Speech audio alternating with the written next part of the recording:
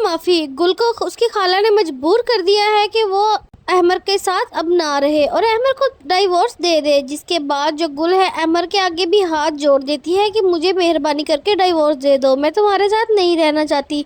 वहीं पर जो गुल है उसने अपने खाला से भी माफ़ी मांगी है और उसे भी कहा है कि आप मुझे माफ़ कर दे, मैं दोबारा कभी अहमर की ज़िंदगी में नहीं आऊँगी और जब आप लोगों से बहुत ज़्यादा दूर चले जाऊँगी। गुल की खाला जो है वो जब तैयार हो रही होती है तो उसके कमरे में आती है और कमरे में आकर फिर उसकी बहुत ज़्यादा इंसल्ट करती है। उसे कहती है कि तुम इतना ज़्यादा तैयार क्यों हो रही हो, जिस पर गुल उसे बताती है कि मुझे अहमर ने कहा था कि शाम को जब मैं आऊँ तो तुम तैयार होना। तो गुल की खाला उसको कहती है कि बहन तुम अब इतनी छोटी सी हो नहीं, तुम्हारी ये पहली शादी नहीं है बल्कि तुम्हारी एक बच्ची भी है, तो तुम इतने रंग बिरंगे कपड़े कैसे पहन सकती हो, तुम्हारी ये दूसरी शादी है तो अपनी दूसरी शादी के मुताबिक ही कपड़े पहनो,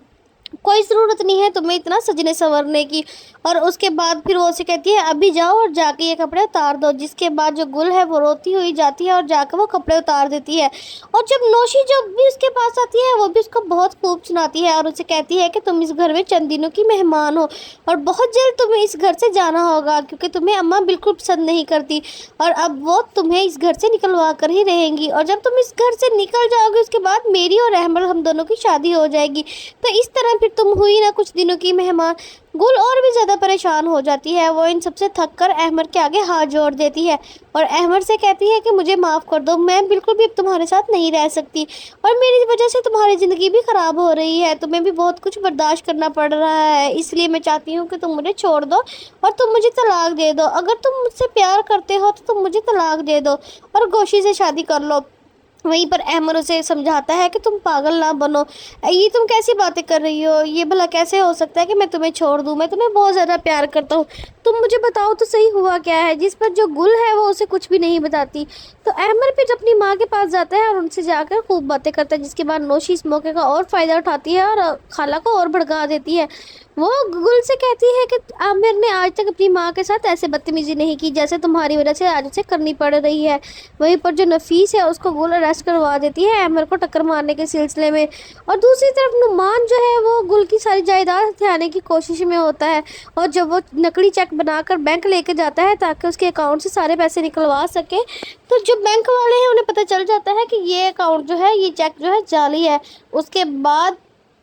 उसको नुमान को पुलिस के हवाले कर देते हैं कि ये धोखाधड़ी के केस में इसने बैंक से जाली चेक के ज़रिए पैसे निकलवाने की कोशिश की है। और वहीं पर जब नुमान है वो उसे पुलिस पकड़ कर ले जाती है, तभी जो शाजिया है उसको उसका भाई रईस फ़ोन करता है और बताता है कि जाली चेक निकलवाने के सिलसिले में तुम्हारे शोहर को पुलिस ने पकड़ लिया है। तो शाजिया पूरे घर में वो वेला कर देती है और अपनी अम्मा से कहती है कुछ भी करो कैसे भी करो मुझे नहीं पता, आप नुमान को छुड़ाओ। उसकी मम्मा कहती है कि ठीक है मैं कुछ करती हूँ और बहुत जल्द तुम्हारे शोहर को बाहर निकालती हूँ। वहीं पर जो पिंकी है उसने भी अपनी सास और नंद को अच्छी खासा डराया हुआ है, वो उन पर छुरी उठा लेती है और उन्हें मारने की कोशिश करती है, जिनसे वो दोनों बहुत ज़्यादा खौफजदा हो जाती है। वो तो उनकी सोच से भी ज़्यादा चालाक निकलती है और उसके बाद जो है वो नुमान रईस को जाकर नफीस को वो उल्टी पट्टियाँ पढ़ा देती है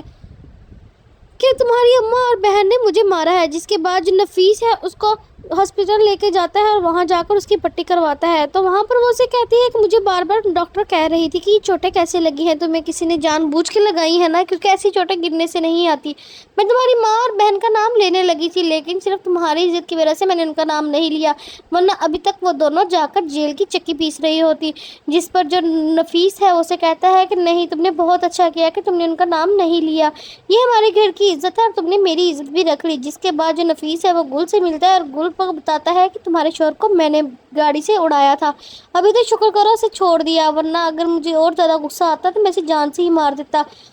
जिस पर जो गुल है वो नफीस को ज़ोरदार थप्पड़ मारती है और फिर पुलिस स्टेशन जाकर उसकी रिपोर्ट करवाती है और उसको अरेस्ट करवा देती है। ऐसी ही नई अपडेट्स के लिए हमारे चैनल को सब्सक्राइब करें। अगर आपको हमारी वीडियो अच्छी लगी है तो हमें कमेंट करके लाजमी बताएं।